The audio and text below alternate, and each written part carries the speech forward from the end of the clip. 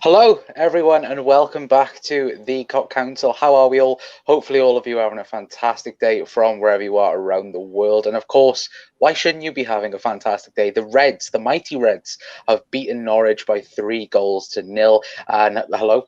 First of all, welcome to the Post-Match show. I should really say that before we do start. And as you can see, we are joined by a very special guest, and that is Owen from the Cop On podcast. Owen, how are you doing, mate?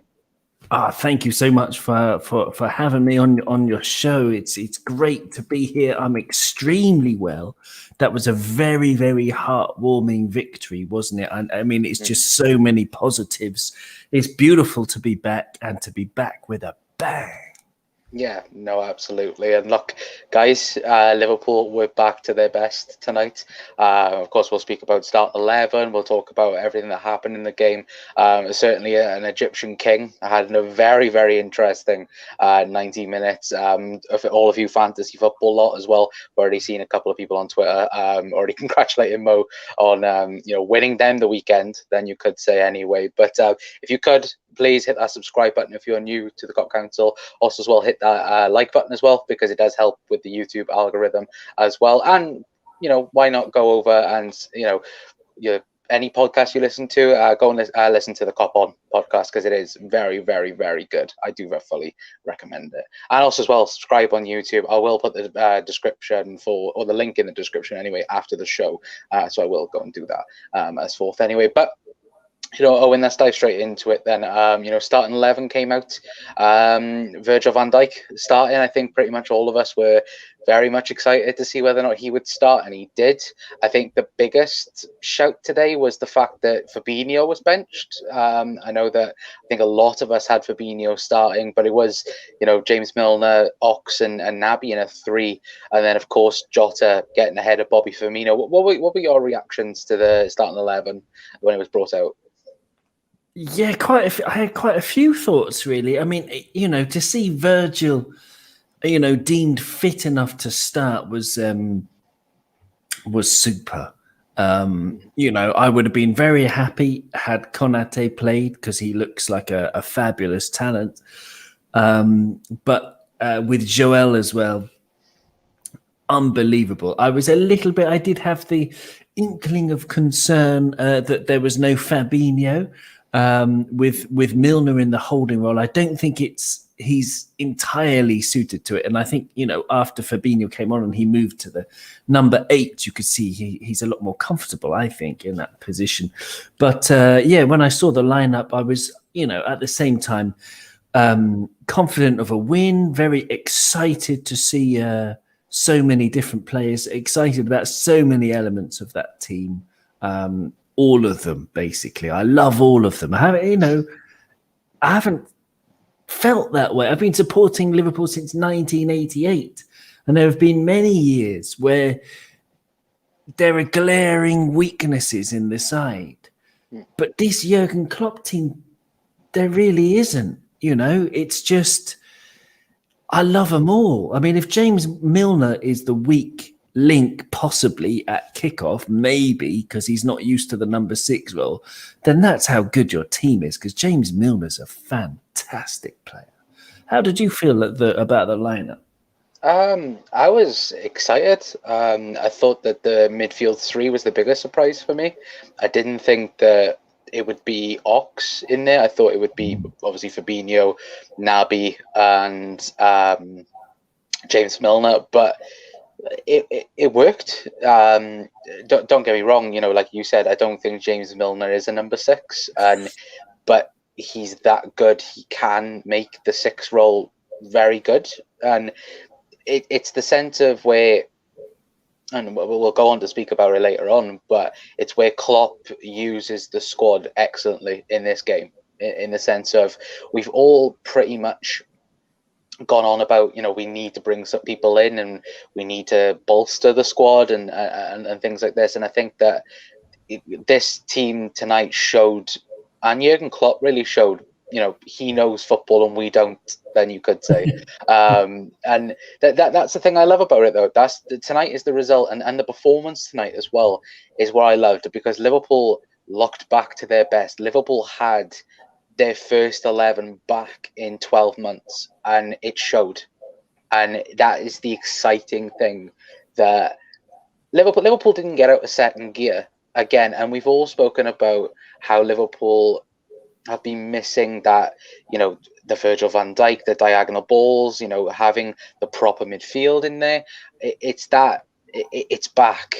And I know it's Norwich, and I know that it's the first game of the season, but when you can tell that stuff's back, it gets you excited. And okay, a neutral fan wouldn't see it, but I think everyone that watches Liverpool week in, week out can firmly see that those patterns where we went on to get 97 points, go on to get 99 points, those little elements are back. And it's going to be so exciting. I can't wait for Burnley now already. That's how exciting it is. I can't wait for Burnley next week. Probably Liverpool fans going to Anfield don't, because it is 12:30 on Saturday, which I know the early games are dreadful. But if anyone is going to the game, then please make a noiseful, because this side needs it. The away fans, I want to put a special mention to them, because they was excellent. I know there are a few. Something happened. Well, a statement that Liverpool did bring out to certain individuals anyway, but they won't spoil what was an amazing crowd. Anyway, I didn't hear that. What happened? I didn't read about that. Certain fans singing homophobic stuff. Yeah, oh, no. Yeah. I think Liverpool put out a tweet about 20 minutes ago about it.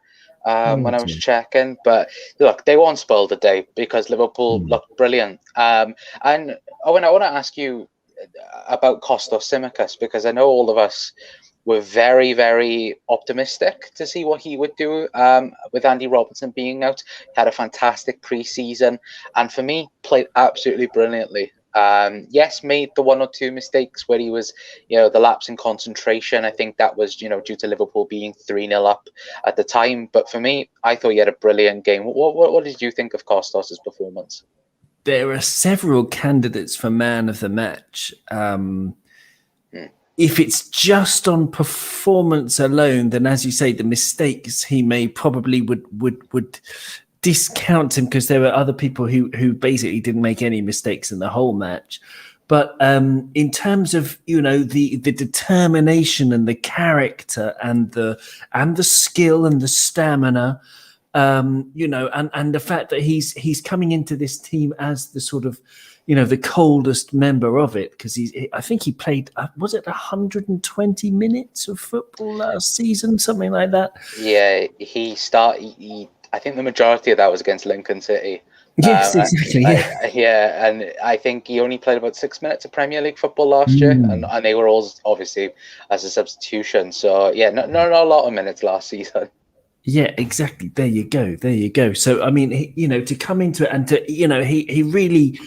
He acted manfully, even when James Milner gave him a clip on the ear, which was quite funny to see.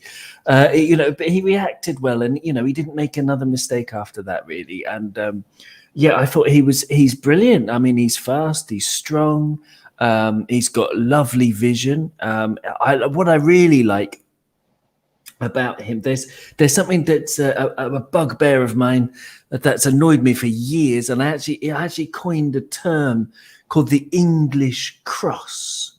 Okay, now this is when a fullback or a winger gets to anywhere near sort of a crossing position, and they don't look up. They just whack the ball into a dangerous area.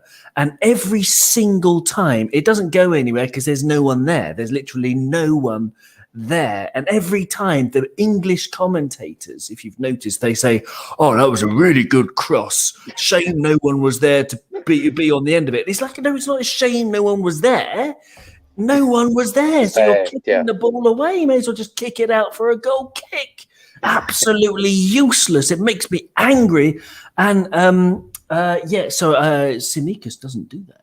He looks up. He sees, he sees a pass or he sees a cross. He's picking someone out every single time, and that is much, much better than the English mentality of stick it into the danger area. The corridor of uncertainty is only uncertain if there's an attacker there. Yeah. So yeah, no, I like him. I like his vision. I like his heart, and we're not going to miss Robbo. We're not going to miss him for the next 4 weeks. No, I absolutely agree with you, and I think, Trey, that was a brilliant analogy, because it's always with Kyle Walker. I always I always don't get where, I know he's English and English media, and they think that he's like up there with, Trent in terms of quality of ball, and it's like, you probably watch Man City tomorrow against Spurs, and you watch Trent against Norwich tonight. It's two completely different, places on the scale in terms of ball delivery. Yeah, to be fair, his ball delivery tonight was superb. And he's looked good all pre-season as well. He looks like he's bulked up, because a couple of times, and many rival fans have said over the last few years that Trent gets bullied a few times by a few wingers. Tonight, every single person that went for Trent, they got bounced off. And it was bounced off quite easily as well. So it looks like the Trent has definitely, muscled up, then you could say, this summer anyway. But, guys, it's also the fact as well where, we have to look at it and go, Premier League's back as well, because I think pretty much all of us has been excited for this day. Especially after last week as well. I think after the two friendlies at Anfield, has been a very much exciting time, and the Reds didn't disappoint. And let's get talking about the main man then. And I think probably the main man that all of us would probably consider as man of the match for the game, Mo Salah. Absolutely on fire, Owen, wasn't he? And I believe he's broken a record in the first player ever to score on 5 consecutive opening day fixtures. It's just for £35 million. It's again proving an absolute steal, though we got him for that much from Roma. He's been in my all-time Liverpool best team for a while now. He got in there probably in his first season, and he stayed in there. And there's so much to love about his game. There's so much to love. He tracks back when necessary. That's something that goes under the radar. And I just watched about 20 minutes of PSG before switching it off, because it's just too predictable. But, Mbappe loses the ball and he sort of jogs back. Mo Salah doesn't have that ego problem. He knows he's part of the team. He wants to be part of the team. Yes, he wants to, be, the top scorer. He's got personal goals, but he understands his place in the team, and he understands he wants to be part of a family. It seems a football family, and he's an absolute credit to the club, because he. One thing I loved more than his incredible goal was the touch for the opening goal. This was Sugar Puff Light, wasn't it? With his wrong foot, with his right foot. And the awareness of Mo Salah is the best I've ever seen of an attacker. His awareness of space and his awareness of probability as well. Because I don't know if he knew 100% where Jota was, because he was looking over his shoulder as the ball was coming in order to make this incredible touch with his right foot, to take all the pace of it and put it maybe in the path of Jota. But just to have that awareness of where he probably is, and to play these percentages, and to have the awareness of space at all times. And there are so many times you see it with him where he is in a bit of a blind alley and he doesn't have anywhere to go. He doesn't have any choice. Maybe the ball he's receiving is a difficult one. And so he has to play like a blind pass or something. And it's always in a clever area. He's so smart. He's so aware.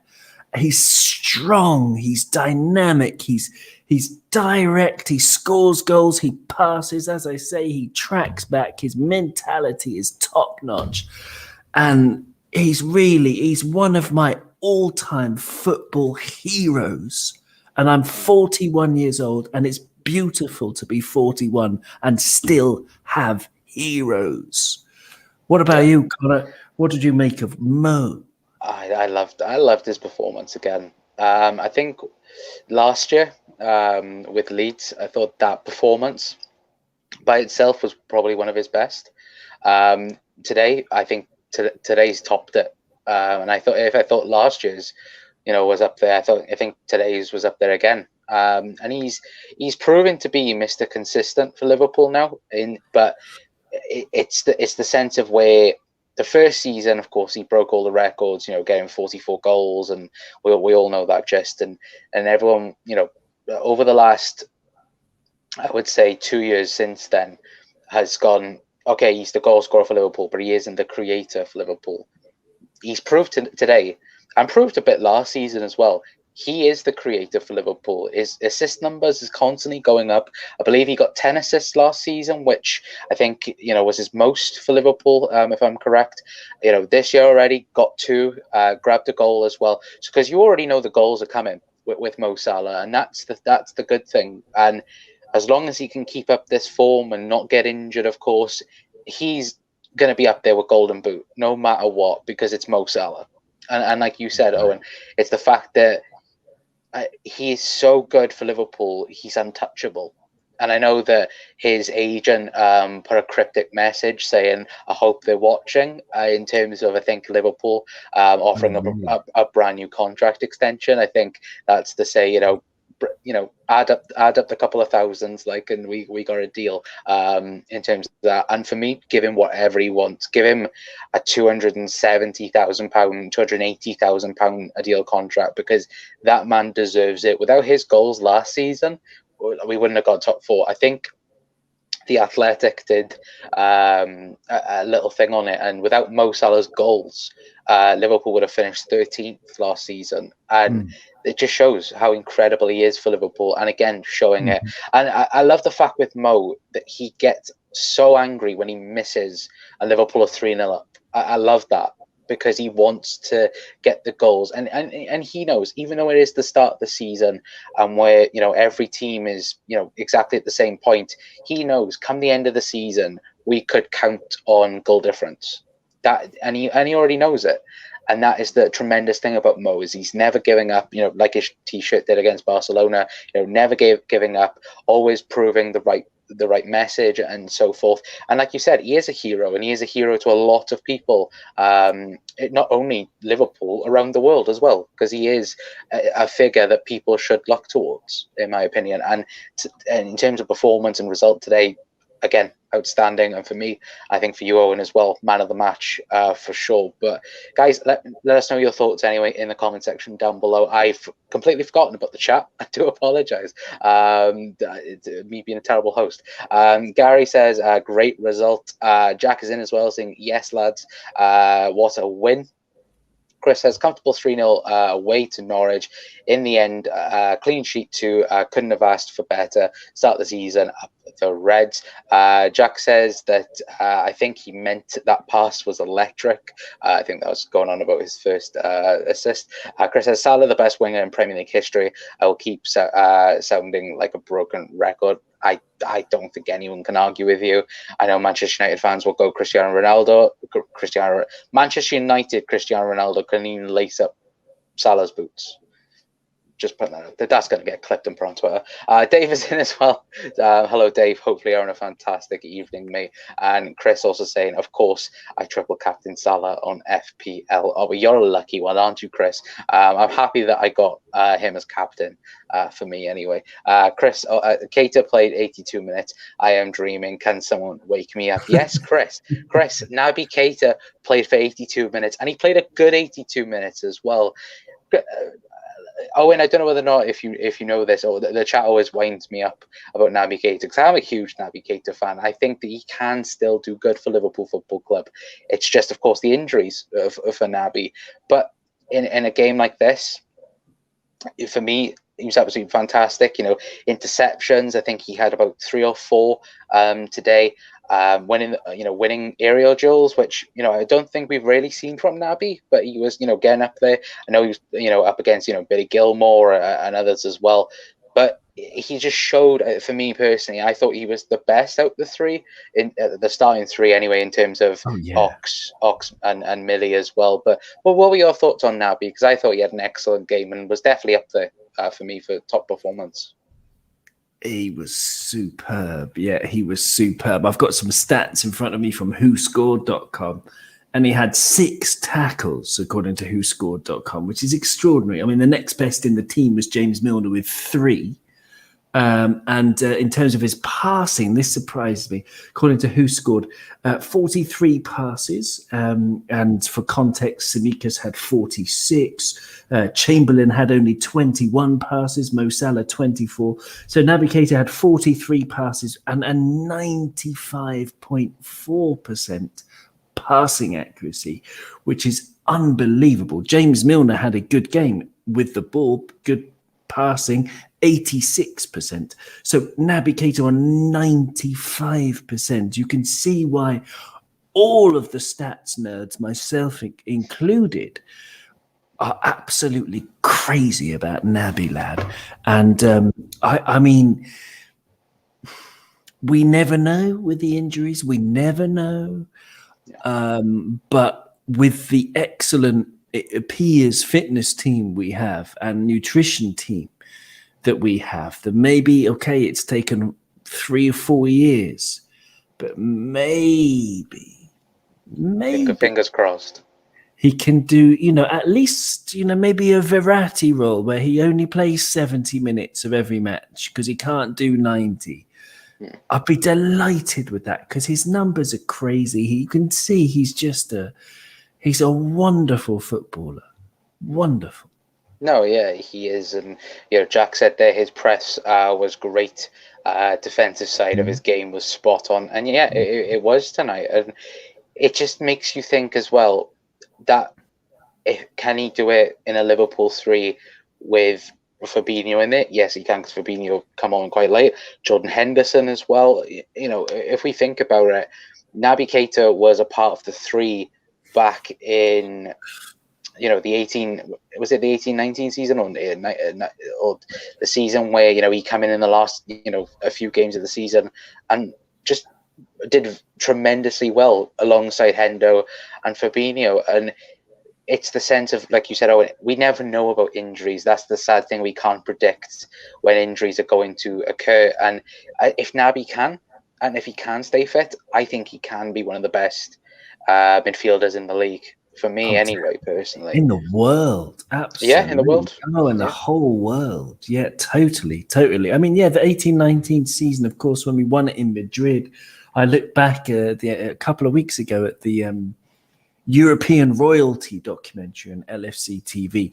And I've forgotten the Porto match, like before the match, we drew Porto in the last 16 and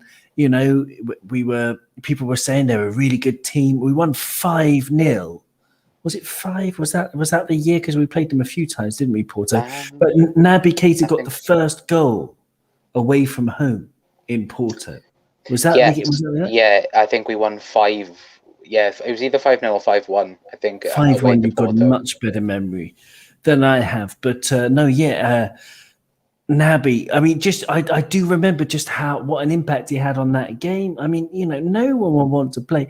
Watching PSG a bit, before they've got Gini Wijnaldum's fabulous player, but Naby Keita was brought to put pressure on Gini Wijnaldum, and he really can. He really can. Yeah, it's the sense where I think we've spoken about all summer long whether or not we could have the Gini replacement. And it turns out we've actually already got the Gini Wijnaldum replacement in Naby Keita. Yeah. Exactly. And it's the sense of where as well, I think, like you said, he can be the best midfielder or one of the best midfielders in world football as long as he can stay fit. And I hope, as Chris has said there, I hope he's got his injury-free vaccine, which would be absolutely fantastic if that was a thing, because I would inject every single Liverpool player with that, to be fair. Chris also says the link up between the front 3 of Firmino's goal. Yeah, that was absolutely brilliant. One player as well that I think might get overshadowed is Sadio Mane, I thought he had a very, very good game. To be fair, I think everyone was above 8. Even Alisson. Alisson kept our clean sheet. That late save, I think, in the 87th minute. Absolutely fantastic. It was 2 saves and then that palm away, because he saved with his chest and then he saved with his hand, and then he sort of got up and batted the ball away in 5 seconds or whatever, or less. Three saves in 3 seconds. The only other keeper I've seen to do that kind of thing was Gigi Buffon back in the day, and he's as good as Buffon, and Buffon's an all-time legend. Alisson Becker will be an all-time legend, and the fact that he's signed another contract, that one-on-one, remember in the first half, Pukki was through. Pukki is going to murder keepers throughout the league if he gets one-on-one with them, like he did last season for Norwich. Yeah. What did he get? 26 goals in the Championship. He knows how to finish, and he was through, but it's not like when we remember when Mignolet was in goal, or Karius or someone else, and it's like, oh no, we've conceded a goal. Yeah. Now a striker goes through and it's like, oh, I don't know. Well, it's like that now, isn't it? You're exactly right. It's the fact that we're back, 5 or 6 years ago, you'd go, once they get past the defense, you're like, oh, it's a goal. With Alisson, you still feel relaxed. It's like when I think it was Pukki's chance and it went over Van Dijk's head and he was through, and I was just like, Ali's there, he's in the correct position.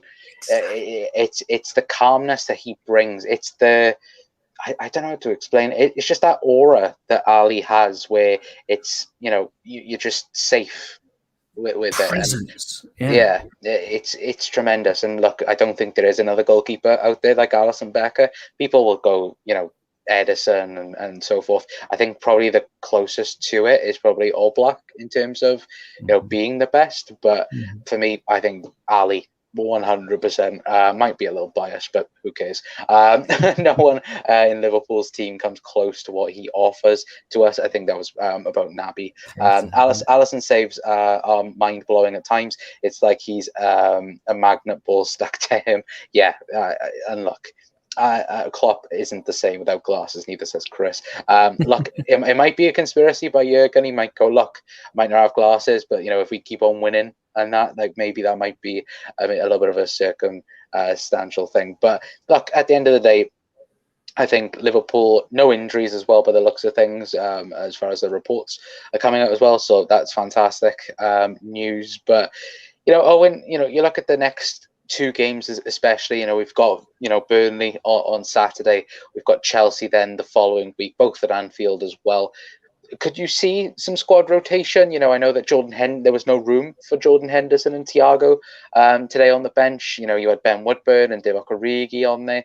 It's the sense of where now Liverpool's squad actually looks quite huge when everyone's fit and so forth. But what are your thoughts on that? Do you think that Klopp will pick the same 11 as today, or do you think he will rotate? Well, I would probably bring Fabinho and Firmino into the team. I mean, Jota was very good.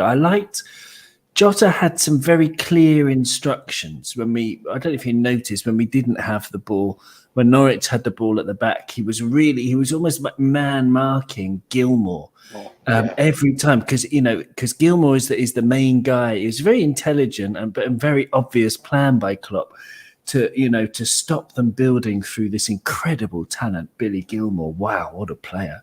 And it worked very well.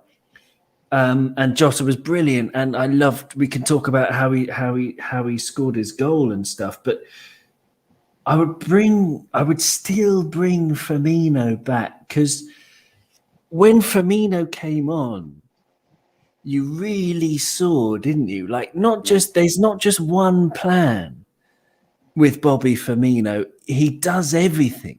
He occupies 4 defenders with and without the ball, which is crazy. He's constantly hassling, and he's he just takes up all of these spaces where the defenders are. I don't know, should I go and leave this space behind me, or no, you go, and he confuses everybody, and then he's got all this silky touch, and I love Jota. Like I say, I love them all. This unbelievable squad we've got. And it's an embarrassment of riches. But for me, Bobby Firmino, now that, he's rested enough, I think. He went to the Copa America. I don't think he played as much as he should have done. Richarlison was starting ahead of him. Can you imagine? The rooster, or the cock, as I call him, because that's a synonym of rooster. I wasn't swearing. To be fair, I don't blame you when it comes to him. And no, I mean, Tite, the manager, is he still the manager of Brazil? I mean, he doesn't even play Fabinho. But anyway, going back to your question, I would bring Fabinho in for Milner, certainly against Chelsea and Bobby. But apart from that, yeah, that's it. We've got to get through the next two games. Try and get 3 wins, because then we've got an international break. So there's no game from Saturday, August the 28th until September the 12th. Yeah. So yeah, I have a weird feeling. This is a massive weird feeling. I absolutely agree with what you said. I think Fabinho will come back in. I think Bobby will come back in as well. I think he looked electric, when he came on, and you know what? We haven't really said this, but it's kudos to Klopp as well, because how many times has he been criticised, not only by away supporters, but our own fans, when it comes to substitutions. And the exact moment when he brought on Fabinho and Bobby, we needed, obviously, someone to, calm down the midfield. Fabinho, perfect example. And then, someone to bring that energy back up in terms of Bobby Firmino. And it worked absolutely superbly tonight. And I think that I have a weird feeling that Ibrahim Konate is going to start next week instead of maybe Virgil or Matip. I think against Burnley, very physical side, of course. Konate, he's built like something I've never seen before. In terms of a brick house, but look, it'll be a very interesting game whether or not if Jurgen will bring him in for that, or whether or not might bring him in now in a League Cup game and try and ease him into English football, because it is a difference between English football, of course, and Bundesliga football. I haven't actually been that impressed with his heading. Ibu yet, which is surprising, because he is a huge guy, but he did lose a couple of headers in preseason. I'm like, oh wow, but at the same time, amazing with his feet, and it's almost like contrary. It's like it's counterintuitive to think of this huge guy who's really delicate with his feet, but not as dominating as he could be in the air. But, speaking of presence, we were at Alisson Becker before. Virgil van Dijk's presence at the back, I think that's something that is, it's like, the statue of the Colossus of Rhodes, it's any ship coming into the harbour, you see Virgil there, and it's like, whoa, gotta watch out here. His presence, as much as anything, is just such a huge thing for everybody and the fans and everything. Everyone could sing his song and everything, but just his presence on the pitch and his leadership, the way he was shouting at people and those 70-yard passes, I wouldn't drop him in a million years. And same for Joel Matip as well, because you said Mo Salah was my man of the match, and yes, but he shaded it from Joel Matip, because I thought Joel Matip was extraordinary today, always in the right place, won everything in the air, great passing, great technique, just a marvelous partner, marvelous foil for Virgil. And who would you rather have in your team? Varane, Maguire, Thiago Silva, Diaz, Stones, or Joel Matip? And there's only one winner for me. There really is. Joel Matip. Any day. I can't. I saw something on Twitter a couple of days ago, and I think it was Diaz, like doing a diagonal ball, and like the Twitter account was like, "You'll never see a defender doing diagonal balls," and I was like, "Have you not watched Liverpool Football Club and Virgil Van Dijk and Joel Matip and other people as well?" You know, it's it's just like it's so funny that. And I said this yesterday or the day before when we did our preview show. Everyone seems to have underestimated this Liverpool side, which I'm thankful for because they can just go on and do their own business like we've done, you know, when we've gone on to win the Champions League and won the Premier League and other trophies as well. And it just feels like that again. It feels like that Liverpool, everyone is underestimating us. Unless you're a Liverpool fan, and you have connections to Liverpool. If you're not, you know, in that way, it's the sense of everyone is underestimating us this season, and I just can't wait for us to prove people wrong. And we've done it already with Norwich. Yes, it's Norwich, but you know, seeing what happened with Arsenal against Brentford, you have to beat these teams if you want to go on and win the league. Look at it last year. We were losing these games at Anfield and away from home as well.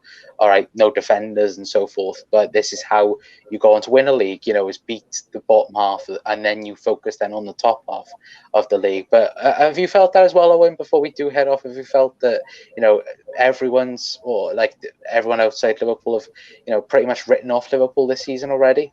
Not only do I feel it, I actually researched it because there was that thing going around Twitter with the 20 BBC journalists and pundits, and none of them picked Liverpool to win the league. And I was like, that's really interesting. But I'm a sleuth, and I'm a someone who likes to do some research. And I'm like, well, I'm not just going to take the BBC's word for it, basically, because I never do.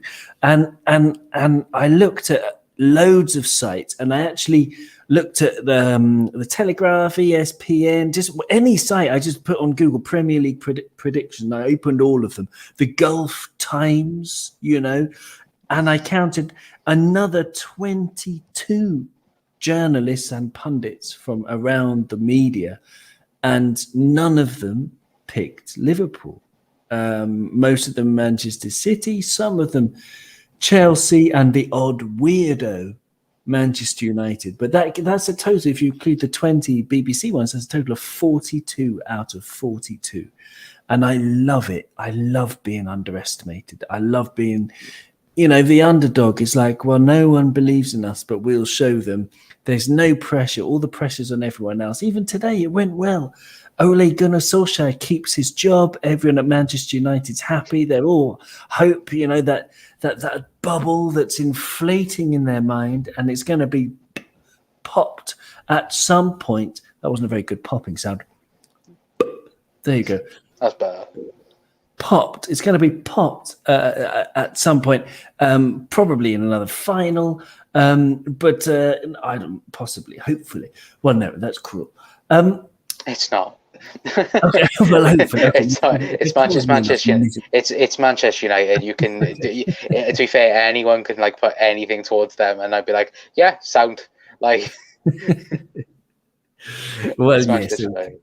But no, I think it's in a nutshell, in the proverbial nutshell, it's the best position to be in. Mm. No, it is, and I know that Chris has already compared it to the Rocky story, which I know that Jurgen does as well. I know that he pretty much, he loves the Rocky story, and that's what Liverpool are on right now. And look, if we can go and win it, of course, that would be fantastic. Jack said the pundits will stay. Will be saying we're not in the title running for the league with one game to go with 10 points clear. Yeah, that is very, very true. Anyway, but when I was going to ask you a final question, who was your man of the match? I know we said Mo Salah, but then I was going to say who else would have been your man of the match, but I think you already answered that in Joel Matip and so forth. I think for me, if I was going to pick it, it would be. I want to pick everyone. I would go. I want to go with Naby, because I thought he was excellent tonight.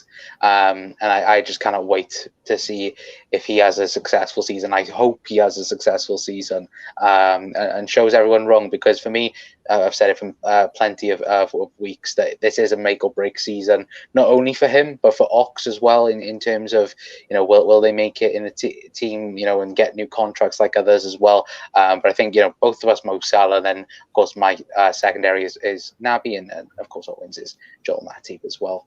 But yeah, Jack says Mane for me, man of the match. Great choice. Yeah. And Chris says, I've got standouts, but I'm going with Salah as well. But right, guys, thank you so much for tuning in to the post-match reaction. I do very much appreciate all of you. Definitely appreciate Owen as well. Owen, is there anything coming up soon on the Cop On podcast? Well, we weren't actually going to record a show tonight, but all four of my guests had things coming up, and so that came up at the last moment. So we haven't actually recorded one. So I'll figure out how to record one. Probably. Well, I'm definitely getting a Burnley preview coming up soon. Recording that on Tuesday with a Burnley fan, and that should be fun. And get Cop on Spotify, iTunes, wherever you can, everybody. And thank you very, very, very much to everybody watching, and especially to you, Connor, for letting me come on and talk and sharing the joy.